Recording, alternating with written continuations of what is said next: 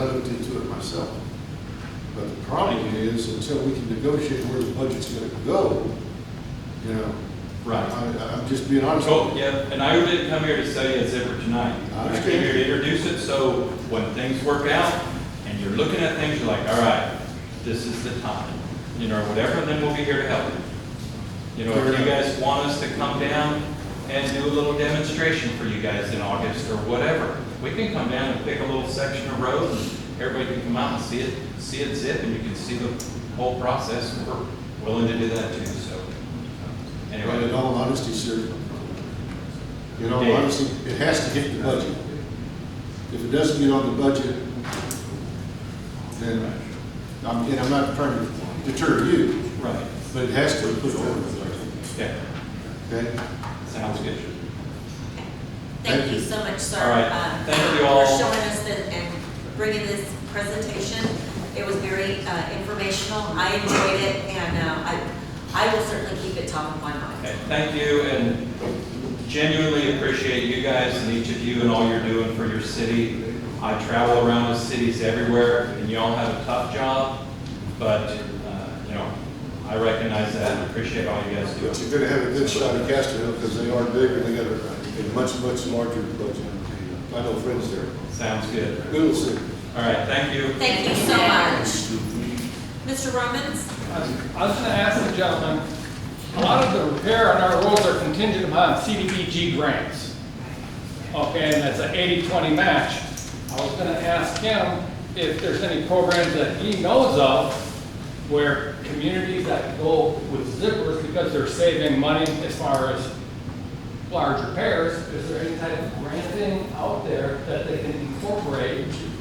Because like I said, you know, we may pay $250,000 because it's 80-20 grant, where if we had the zipper, we could probably do it for a quarter of the cost. But then we would lose the grant money. Is there any grant programs out there? Right. Not that I know of. Unfortunately, it's all, you know, that one purchase option's the best one that most people use, so. Well, thank you so much. That was a good question, Roger. Thank you so much. I will now turn this over to Monique. I know that she has some information on streets. Right, so one thing I did want to share, just an update. We all know that we had applied for the most recent CDBG grant funding for Alan Shepard. We requested $500,000, and when the preliminary allocation came out, the city of Kirby was not being allocated any money. So we did put out on social media, I wrote a letter. I know a couple of council members wrote letters. Some residents actually stepped up this time and wrote some letters. So I received a call from the staff at Bear County that said Commissioner Calvert was reallocating some of the money that was for another city. And they were going to be giving Kirby $300,000 for this project. The court is set to vote on Tuesday, July the 13th. So I did want to share that if anybody's able. I still recommend people, you know, just be there, even if it's just to say thank you, because they actually listen. I mean, they were taking public comment, as they always do. Again, I'm really impressed that people stepped up this year and did what we asked them to do. So it paid off. So I appreciate that. I want to pass that on. I think we need to thank the commissioners for, like I said, we still have to vote on Tuesday, but it's his precinct. So I don't really anticipate that anyone would go against what he's recommending for his precinct. When I talked to Amy, his staff leader, she told me that they never received more phone calls. She said that was very unusual that they got it. And they responded, like the people who copied me on their letters, the commissioner's court staff did respond. So I did get to see them respond, and they, you know, were just sharing over the years the allocations that they've given Kirby, which we appreciate every year. But we can't let a year pass and not get any money for our streets. So Exactly. that was great. Thank you all for doing that. Just a couple of other things, you know, I know we wanted to talk about overall as we're looking at budgeting for this year. We went over this once before, but just kind of a reminder of the ways that we're currently funding street projects. We have the House Bill 445, which was approved by the voters, and it's the street maintenance tax that comes out of sales taxes every year. We're bringing in about $80,000 a year. Then we turn around and we allocate that to a specific project the following year. So last fiscal year, we had allocated that last phase of Ben Zingelman across the bridge by the park. That was postponed to this year once the contractors finished the rest of Ben Zingelman. So we did use money to take care of that. The other half this year was allocated for the crack sealing and slurry sealing. So we did complete the slurry seal project of several streets in our street maintenance plan. And they were supposed to start this Tuesday on crack sealing other streets, but the weather postponed that. So those who got notice of that, that will start on the 19th of July, and it'll be 4 weeks. They'll still stay in order, and they'll crack seal all of those streets that were allocated for that project. And then, since we're gonna get the money for Allen Shepherd, that's great. That'll be taken care of within this upcoming fiscal year.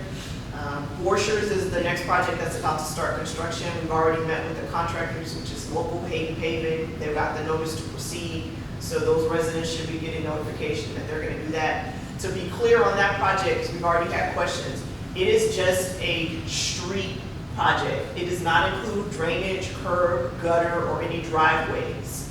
So, just so we're all, understand that that was what we applied for. It was money just to take care of the street. So that is the only thing that will be done with that money. And we do have to allocate about $90,000 more than what we had in the budget this year because of the cost of the bid, as well as the sewer manhole relocations that they need or sewer raising the manholes that they have to do for that project. So we're on target with the street maintenance plan that we have been following. I know we've had some discussion about whether or not council wanted to deviate from that plan and look at other projects. So that's something to think about as we're working on the budget.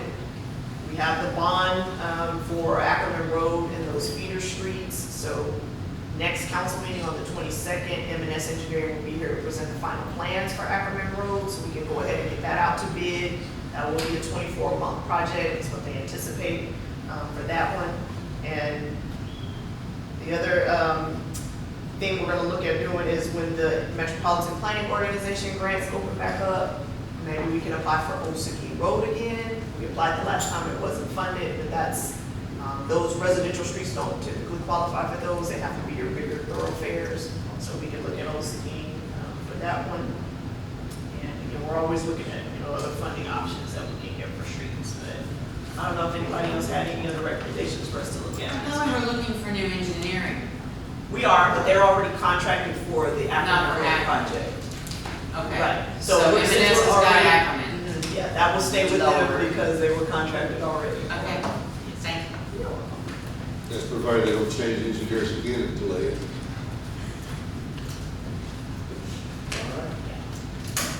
Is there anything else, Lenny? That's all I have. All right, if anybody doesn't have anything else? Meeting adjourned at 6:48.